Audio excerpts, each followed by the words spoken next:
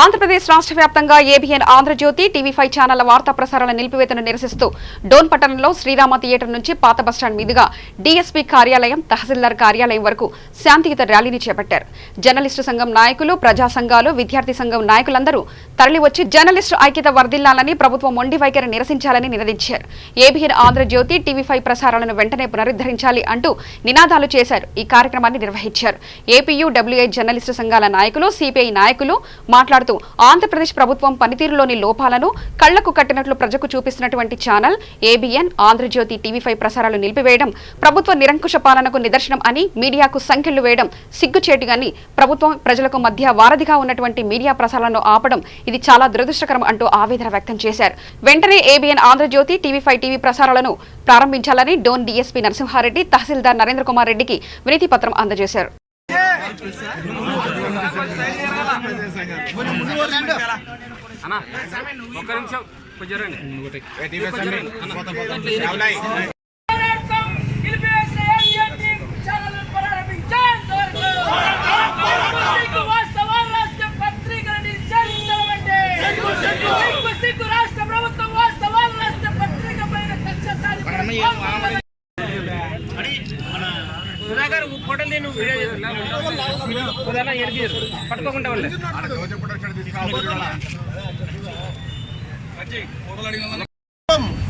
అప్రకటితంగా నిషేధాన్ని విధించింది. పత్రికా స్వేచ్ఛను హరింపజేసే విధంగా నిరంకుశ ధోరణిని అవలంబించినటువంటి రాష్ట్ర ప్రభుత్వ నిరంకుశ ధోరణిని నిరసిస్తూ ఈరోజు డోన్ పట్టణంలో ఉన్నటువంటి ప్రింట్ అండ్ ఎలక్ట్రానిక్ మీడియా మిత్రులు, ప్రజా సంఘాల నాయకులు ఐక్యతతో నిరసన వ్యక్తం చేస్తూ భవిష్యత్తులో ఇటువంటి పునరావృతం కాకూడదని చెప్పేసి ప్రతి ఒక్కరు కూడా డిమాండ్ చేస్తున్నారు. ఈ కార్యక్రమానికి తరలి వచ్చినటువంటి ప్రతి ఒక్కరికి కూడా పేరు పేరున ధన్యవాదాలు తెలుపుతూ ఈ కార్యక్రమానికి వచ్చినటువంటి ప్రజా సంఘాల నాయకులు రంగనాయుడు గారిని మాట్లాడవలసిందిగా కోరుతున్నారు. ధన్యవాదాలు తెలియజేస్తూ ఈరోజు నూతనంగా వచ్చినటువంటి జగన్మోహన్ రెడ్డి ప్రభుత్వం ఏబీఎన్ ఆంధ్రజ్యోతి ఛానల్ని, అదేవిధంగా టీవీ5 ఛానల్ని నిషేధిస్తూ అప్రకటితంగా